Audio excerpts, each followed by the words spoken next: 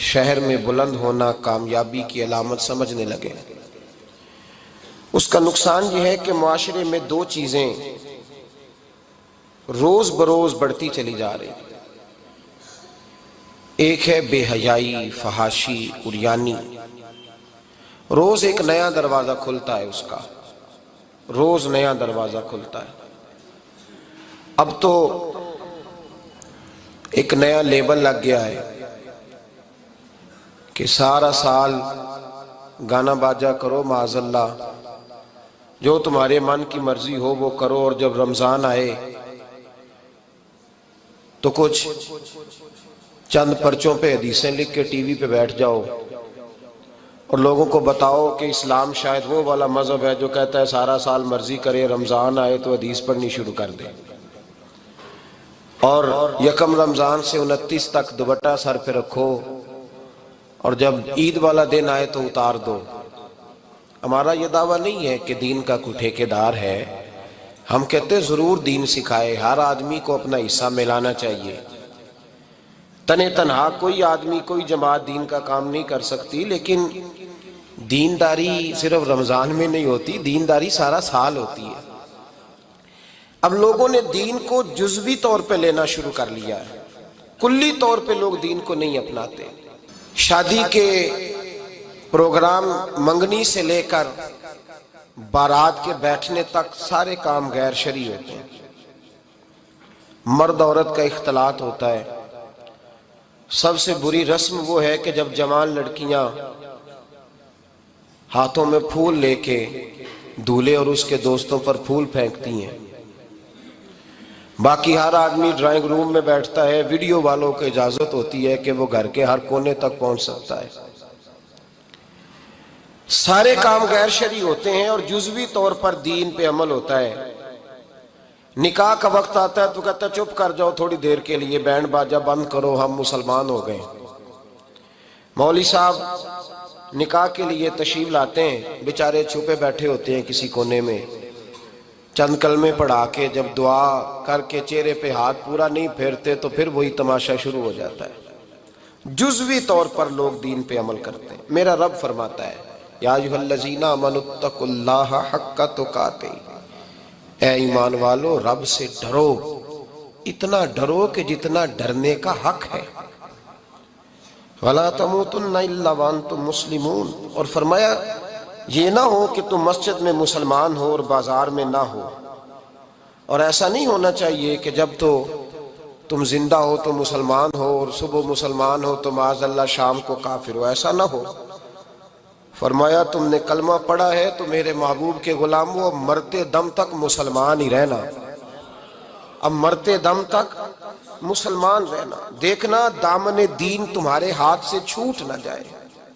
دو باتیں عام ہو گئی ہیں امت مسلمہ، عام، ایک فحاشی عریانی عام ہے اور روز بروز اس کا نیا رنگ ہے۔ اب تو میں نے کہا مذہب کا ساتھ لوگوں نے تھوڑا سا ذائقہ لگا لیا ہے، کہتے نہیں رمضان میں نمازیں پڑھ لیں گے، خیر ہے، بچ جائیں گے، چھٹی ہو جائے گی۔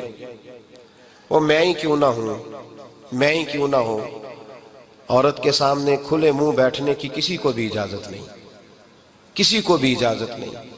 کسی نے حضرت سیدنا جنید بغدادی سے کہا تھا کہ اگر مرد عورت نیک ہوں تو پھر تو درس و تدریس ہو سکتی ہے نا، پھر تو پڑھا سکتے ہیں نا ایک دوسرے، نیک ہو پرہیزگار ہو۔ تو دین چونکہ میرے رسول پاک کا ہے صلی اللہ علیہ، یہ کسی ایک شخص کے اٹھ کے نئی بات کرنے سے اور اس کو نیا جدید کو ٹانکا لگانے سے بدل تھوڑی جائے گا۔ حضرت جنید بغدادی سے کہہ دیا کہ حضرت جی اگر دو بندے نیک ہوں تو پھر بات چیت ہو سکتی ہے۔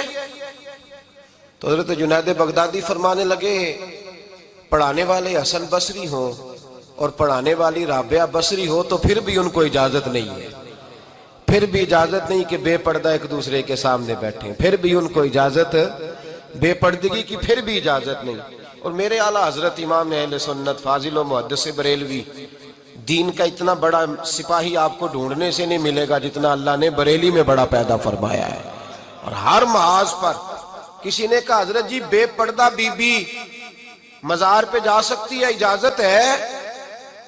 تو قلم ہے بریلی کے بادشاہ کا، رضا کے نیزے کی مار ہے کہ عدو کے سینے میں غار ہے۔ کیا فرماتے ہیں اعلیٰ حضرت؟ آپ فرماتے ہیں کیا پوچھا تم نے، بے پردہ عورت مزار پہ پیر کے پاس جا سکتی ہے؟ میں یہ نہ پوچھو، احمد رضا سے یہ پوچھو کہ جائے گی تو لانتے کتنی برسیں گی، یہ والا سوال پوچھو۔ عام ہے بے پردگی، عام، کھلے عام۔ اور میرے بھائی لوگ کہتے ہیں جدید ہونا چاہیے، یاد رکھو اسلام فقط گناہ سے منع نہیں کرتا، اسلام وہ دروازہ ہی بند کرتا ہے جس رستے سے گناہ ہو سکتا ہے، وہ دروازہ ہی بند ہے۔ کہا مرد اور عورت کو ایک دوسرے کا چہرہ دیکھنے کی اجازت ہی نہیں۔ میرے رسول کریم صلی اللہ علیہ وسلم نے فرمایا زنا صرف مرد اور عورت کی خلوت صحیحہ کا نام تھوڑی ہے، فرمایا جس نے اپنی آنکھ کو گندا کیا وہ آنکھ کا زانی ہے، اور جس شخص نے اپنے کان سے بری بات سنی وہ کان کا بدکار ہے، اور محبوب فرماتے ہیں جس نے اپنے آنکھوں سے بری چیز کو دیکھا وہ آنکھ کا، اور جس نے بول کر لذت کا یہ سامان فراہم کیا وہ زبان کا زانی ہے، اسے بھی قیامت کے دن اسی طرح پوچھا جائے گا جس طرح زانی کو پوچھا جائے گا۔ میرے بھائی امت مسلمہ کا وقار، میرے رسول کریم علیہ السلام کے غلاموں کے دلوں میں شرم و حیا بھر دیا گیا۔ علامہ واقدی کہتے ہیں حضرت سعد بن ابی وقاص نے مدائن فتح کیا۔ مدائن کا ایک شہر تھا، اس کی بڑی بڑی اونچی بلڈنگیں تھیں، جو آدمی بھی جاتا تھا وہ سب سے پہلے جس شہر کی کوئی چیز معروف ہوتی ہے لوگ اس کو دیکھتے ہیں۔ اونچی اونچی بلڈنگیں تھیں، سب سے زیادہ اس شہر کے لوگوں نے اونچے مکانات اور زیادہ تعمیرات کر رکھی تھیں۔ حضرت سعد بن ابی وقاص لشکر لے کے گزرے تو لشکر میں بوڑھے لوگ نہیں ہوتے، جوان لوگ ہوتے، توانا لوگ ہوتے، اور بڑے جیدار سپاہی تھے۔ 10,000 صحابہ کی جماعت تھی، حضرت سعد بن ابی وقاص امیر لشکر تھے۔ اب عیسائیوں نے ایک چال چلی، انہوں نے کہا مسلمان جب بازار سے گزریں گے لڑائی تو ہم ان کے ساتھ لڑ نہیں سکے، ہم وہ والا طریقہ اختیار کرتے ہیں کہ مسلمان قابو میں آ جائیں گے، ہم عورت کو بطور تیر کے استعمال کرتے ہیں، ہم اس کو بطور جال کے پھینکتے ہیں۔ کیا کیا؟ عورتوں کے ہاتھوں میں پھول دیے، پلیٹیں پکڑائیں، بلڈنگوں کی چھتوں پہ کھڑا کر دیا، فرمایا تم ان پر پھول پھینکنا، اگر 2-4 سپاہی بھی ہم اپنے قابو میں کرنے میں کامیاب ہو گئے تو دراڑ تو پڑ گئی نا، تم ان پر پھول پھینکنا۔ یہ دیکھیں رسم چلی کہاں سے، ہم نے اپنا لی ہے، چلی کہاں سے اور ہم نے اس کو اخذ کر لیا، رواج بن گیا۔ حضرت سعد بن ابی وقاص رضی اللہ تعالیٰ عنہ جب اس بازار سے گزرے تو آگے آگے امیر لشکر کا گھوڑا تھا، پیچھے 10,000 صحابہ گھوڑوں پہ بیٹھے ہیں۔ حضرت سعد بن ابی وقاص سے نظر اٹھا کے دیکھا تو عورتیں تو کھڑی ہیں، پھول لیے، کفر کی چال کو سمجھ گئے کہ یہ بے حیائی کا جال پھینک کے ملت کے جوانوں کے دلوں سے غیرت ایمانی چھیننا چاہتے ہیں، یہ مسلمانوں کے دلوں سے تقوی کی روشنی چھیننا چاہتے ہیں، یہ قرآن پاک کا سرور اور عبادت کا نور چھیننا چاہتے ہیں، یہ بے حیائی کا کلک لگا کے ان کے دلوں سے رسول اللہ کا درود چھیننا چاہتے ہیں، یہ محبت رسول کے سوتے خشک کرنا چاہتے ہیں۔ جب دیکھا تو فوری طور پہ گھوڑے پہ چڑھے اور جناب سعد نے قرآن پڑھنا شروع کر دیا۔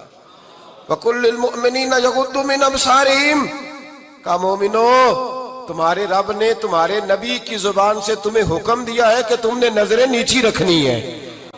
جب حضرت سعد بن ابی وقاص نے آیت پڑھی تو صحابہ کہتے ہیں ہمیں یوں لگا کہ جیسے ابھی آیت نازل ہو رہی ہے اور سیدھی دلوں سے ٹکرا رہی ہے۔ 10,000 کا لشکر گزر گیا، عورتیں پھول پھینکتی رہیں، لیکن کسی ایک صحابی نے بھی نظر اٹھا کے نہیں دیکھا۔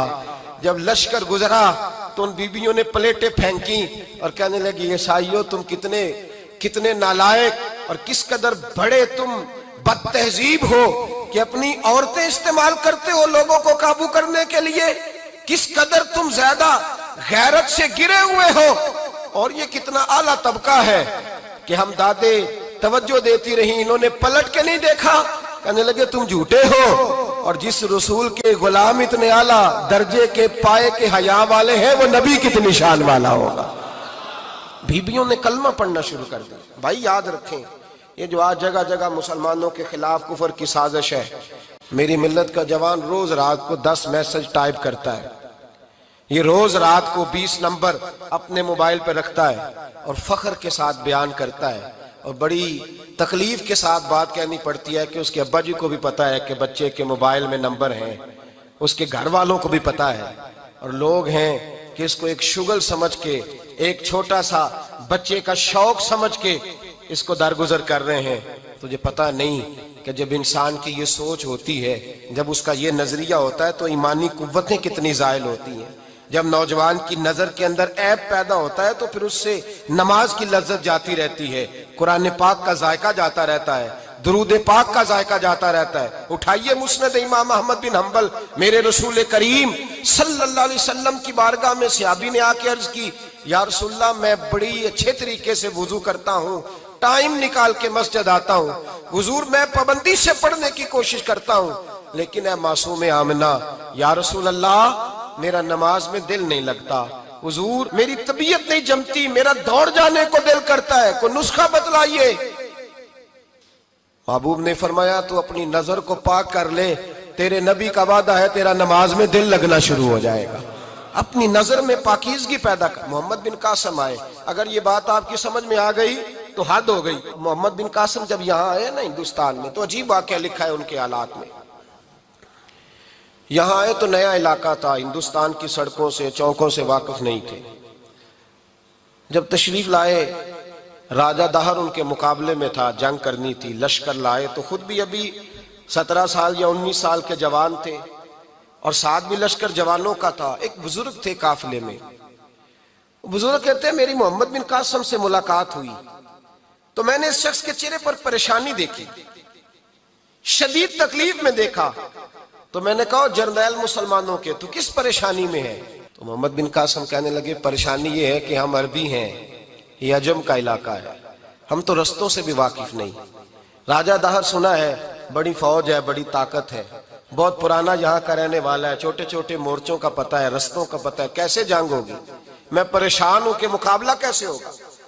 وہ بزرگ کہتے ہیں میں نے بھی دعا کی، تسلی دی، میں نے کہا اللہ تیری مدد کرے گا۔ میں گزر گیا، 3-4 دن کے بعد ملاقات ہوئی تو میں نے محمد بن قاسم کے چہرے پر بڑی روشنی دیکھی، ہنستے اور مسکراتے دیکھا، توانائی دیکھی، وقار دیکھا، اطمینان اور سکون دیکھا۔ میں نے کہا خیریت تو ہے، پرسوں ترسوں تو بڑے پریشان تھے، آج کیا ہوا؟ اگر یہ بات سمجھ میں آ گئی میری ملت کے جوان کے، اگر یہ بات سمجھ میں آ گئی تو شاید اسے ڈھب اور سلیقہ آ جائے جینے کا، شاید یہ سمجھ جائے کہ میری توانائی کا راز کہاں ہے۔ کہنے لگے بھائی پرسوں ترسوں بڑے پریشان تھے، آج کیا ہوا؟ جواب دیا کہ تاریخ بنا دی، اس 17 سال کے جوان نے تاریخ بنا دی۔ کہنے لگا میں بے فکر ہو گیا ہوں، راجہ دہر میرا مقابلہ نہیں کر سکتا، وہ 2 دن نہیں کھڑا ہو سکتا میرے سامنے۔ کہا وجہ کیا ہے؟ محمد بن قاسم کہنے لگے میں نے تحقیق کی ہے، مجھے پتا چلا ہے کہ راجہ دہر ذہن کا گندا ہے، نظر کا ناپاک ہے، وہ سینے بند کا برا ہے۔ مجھے پتا چلا ہے وہ تو چچا زاد بہن کو نہیں چھوڑتا، وہ تو خالہ زاد پہ بری نظر رکھتا ہے۔ مجھے پتا چلا ہے کہ اس کے تو اپنے علاقے کی عورتیں اس کی نظر سے محفوظ نہیں ہیں۔ کہنے لگا جو گندی نظر کا جوان ہوتا ہے وہ کسی میدان میں نہیں ٹھہر سکتا۔ کہنے لگا میری 17 اور 19 سال کی جوانی ہے، مجھے قسم ہے گنبد خضرا کی، میں نے جب بھی دیکھا ہے یا مصطفیٰ کا درود دیکھا ہے یا رسول اللہ پہ نازل ہونے والا قرآن دیکھا ہے۔ میرا مقابلہ کیسے کرے گا؟ میرے مقابلے میں کیسے آئے گا؟ جو نظر کا گندا ہو، کردار کا ناپاک ہو، وہ کسی کے مقابلے میں آ سکتا؟ اور ملت کے جوان یاد رکھ، جب تک نظریں ناپاک ہوتی ہیں اس وقت تک وجود کمزور ہوتے ہیں، جب تک نظریں ناپاک ہوتی ہیں ارادوں میں دراڑیں ہوتی ہیں، جب نظریں ناپاک ہوتی ہیں پھر عقیدے متزلزل ہوتے ہیں، جب نظریں ناپاک ہوتی ہیں پھر انسان کوئی بھی مہم سر نہیں کر سکتا، اور جب نظر پاک ہوتی ہے۔ حضرت عبداللہ بن حذافہ جہاد کر رہے تھے، روم کے عیسائیوں نے گرفتار کر لیا، 1000 آدمی نے مل کے پکڑا، گرفتار نہیں ہوتے تھے صحابی، 1000 آدمی نے گھیرا ڈالا، گرفتار کر کے لے گئے، اور جب بادشاہ کے سامنے گئے تو وزیر کہنے لگا بادشاہ بندہ بڑے کام کا ہے، اگر ہمارے قابو آ گیا تو فائدہ دے گا۔ صحابی ہیں حضرت عبداللہ بن حذافہ، حضرت فاروق اعظم کا زمانہ ہے، اگر قابو آ گیا تو فائدہ دے گا۔ بادشاہ کہنے لگا کیوں، کیا خوبی ہے؟ کہنے لگے ہم 1000 آدمی تھے یہ اکیلا قابو نہیں آ رہا تھا، 1000 آدمی تھے. اگر ہماری فوج میں شامل ہو گیا تو بہت بڑا جرنیل ملے گا. بادشاہ کہنے لگا کوئی مسئلہ نہیں، 2-3 چیزیں ہوتی ہیں بندے کو خریدنے کے لیے، خرید لیتے ہیں. بادشاہ کہنے لگا عبداللہ جتنی دولت تجھے چاہیے میں تجھے دے دیتا ہوں، میرے لشکر میں آ جا، معاذ اللہ اسلام چھوڑ دے. حضرت عبداللہ بن حذافہ کیا فرماتے ہیں بڑا تو بیوقوف ہے، میں نے دولت کمانی ہوتی تو مدینے میں بیٹھ کے تجارت کرتا. میں دولت کمانے نہیں نکلا، میں تو رسول اللہ کی رضا کمانے کے لیے نکلا ہوا ہوں. دولت کمانے ہوتی تو کسی مارکیٹ میں ہوتا، میدان میں آنا تھا. شہادت ہے مطلوب مقصود مومن، نہ مال غنیمت نہ کشور کشائی. یہ دولت تو لونڈی ہے رسول اللہ کے دروازے کی، یہ تو پیچھے پیچھے پھرتی ہے نبی پاک کے غلاموں. یہ کمانی ہوتی تو میں کسی مارکیٹ میں ہوتا، میدان میں تھوڑا ہوتا. عبداللہ بن حذافہ سے ایک دوسری چال چلی. کہنے لگے میاں عہدہ جو تجھے چاہیے، میں بادشاہ ہوں، میرے نیچے جو عہدہ تو کہے گا وہ تجھے مل جائے گا. حضرت عبداللہ بن حذافہ کہنے لگے شاید تجھے پتہ نہیں میری تعریف کیا ہے، شاید تو جانتا نہیں میری تعریف کیا ہے. کہا صاحب کی کیا تعریف ہے؟ کہنے لگے میں رسول اللہ کا صحابی ہوں، اور کائنات میں سب سے بڑا عہدہ مصطفیٰ کے صحابی ہونے کا عہدہ ہے. صحابہ وہ صحابہ تھے جن کی ہر صبح عید ہوتی تھی، خدا کا قرب حاصل تھا، نبی کی دید ہوتی تھی. فرمایا میں نے حضور کے جلوے دیکھے ہوئے ہیں، مجھے عہدے کی ضرورت ہی نہیں، اور میں نے عہدہ لینا ہوتا تو میں سیاست کرتا، میں تو شہادت لینے نکلا ہوں میدان میں، عہدے کا میں نے کیا کرنا ہے. اب بادشاہ کہنے لگا اسے قتل کر دو. وزیر کہنے لگا نہیں، ایک بات اور ہے، مجھے ایک چال اور چلنے دو. کہا وہ کیا؟ کہنے لگے میری بیٹی بڑی خوبصورت ہے، مجھے موقع دو اپنی ہی بیٹی کو سجا بنا کے. وہ جوان جس کی جوانی اتنی بڑی ہے کہ 1000 آدمی مقابلے میں کھڑا نہیں ہوتا، اس جوان کے کمرے میں رات کی تنہائی میں بنا سوار کے بی بی کو بھیجا. وہ بی بی کہتی ہے میں ساری رات بن سور کے اس صحابی کے کمرے میں بیٹھی رہی، لیکن یہ کیا شخص تھا، ساری رات ہی مصلے پہ بیٹھا رہا، ساری رات ہی. کچھ دیر تھک جاتا تو یہ کریم رسول پہ درود پڑھنا شروع کر دیتا. بی بی کہتی ہے سحری ہو گئی تو میں نے چھو کے دیکھا کہ انسان ہے کہ جن ہے، یہ بندہ ہے کہ فرشتہ ہے. چھو کے دیکھا. کہنے لگے پیچھے ہٹ جا. میں نے کہا میں نے تو سنا تھا تو 1000 کے مقابلے میں ہے، اور تو اتنا بے حس ہے کہ بنی سوری دلہن بیٹھی ہے، تو نے نظر نہیں کی. عبداللہ بن حذافہ، بی بی کہتی ہے نظر پھر نہیں اٹھائی، نظر پھر جھکی ہوئی ہے. کہنے لگے بی بی میں مجبور ہوں، اب میرے اوپر کوئی حسن نہیں چلتا، میں نے جلوہ والضحیٰ کا دیدار کیا ہوا ہے، اب میری نگاہوں میں جچتا نہیں کوئی، اس لیے کہ جیسے میرے سرکار ہے ایسا نہیں کوئی. کبھی بھی اب نہیں کسی کا میرے اوپر جادو چلتا، میں نے مصطفیٰ کو. اور کہا ذرا پیچھے ہٹ کے بیٹھ، مجھے میرے رسول نے غیر محرم سے بچنے کا حکم دیا ہے، ذرا پیچھے ہٹ کے بیٹھ. سحری کا وقت تھا. وہ بی بی کہتی ہے اس نوجوان کے جملے میرا سینہ چیر گئے، کلیجہ پھٹ گیا، چیخ نکلی، میں کفر کے عالم میں روئی. میں نے کہا مجھے بتا تو صحیح، آخر یہ جذبہ کہاں سے ملتا ہے، آخر یہ روشنی تو میں نے دیکھی نہیں، کہاں سے آتی ہے؟ ایک میرا باپ ہے جو بنا سور کے مجھے تیرے کمرے میں چھوڑ گیا، بتلا یہ کہاں سے کیف آتے ہیں؟ تو عبداللہ بن حذافہ کہنے لگے اگر کیف لینا ہے تو بھی میرے مصطفیٰ کا کلمہ پڑھ جا، آجا دروازہ رسول پہ جھک جا، مل جائے گا. سویرے دروازے پہ باپ آیا بیٹی سے رزلٹ لینے، دروازہ کھولا تو بیٹی نقاب پہنے باہر آئی. باپ کہنے لگا کیا بنا؟ کہنے لگی پیچھے ہٹ جا، تو غیر محرم ہے، کافر ہے، میں مسلمان ہوں. اس نے کہا کیا ہوا؟ کہنے لگی تیرے جیسے کو باپ کہوں، تیرے جیسے کو جو مجھے استعمال کر رہا تھا، میں تجھے باپ نہیں مانتی، میں اب رسول والی ہو گئی ہوں، میں حضرت فاطمہ کی کنیزہ ہو گئی ہوں، میں اب نبی کریم کی خادمہ ہوں، خبردار میرے قریب نہ آنا. یہ دعو بھی ناکام ہوا. اب حضرت عبداللہ بن حذافہ کے سامنے موت کھڑی کی، ایک کڑا میں تیل گرم کیا، کہنے لگے تجھے اس میں جلایا جائے گا. حضرت عبداللہ بن حذافہ رضی اللہ تعالیٰ عنہ جب جلنے کے قریب ہوئے تو رونے لگے. روم کا بادشاہ کہنے لگا شاید ڈر گیا ہے. کہنے لگے اب سمجھ آئی ہے، اب تجھے پتا چلا ہے، چلا آ جا.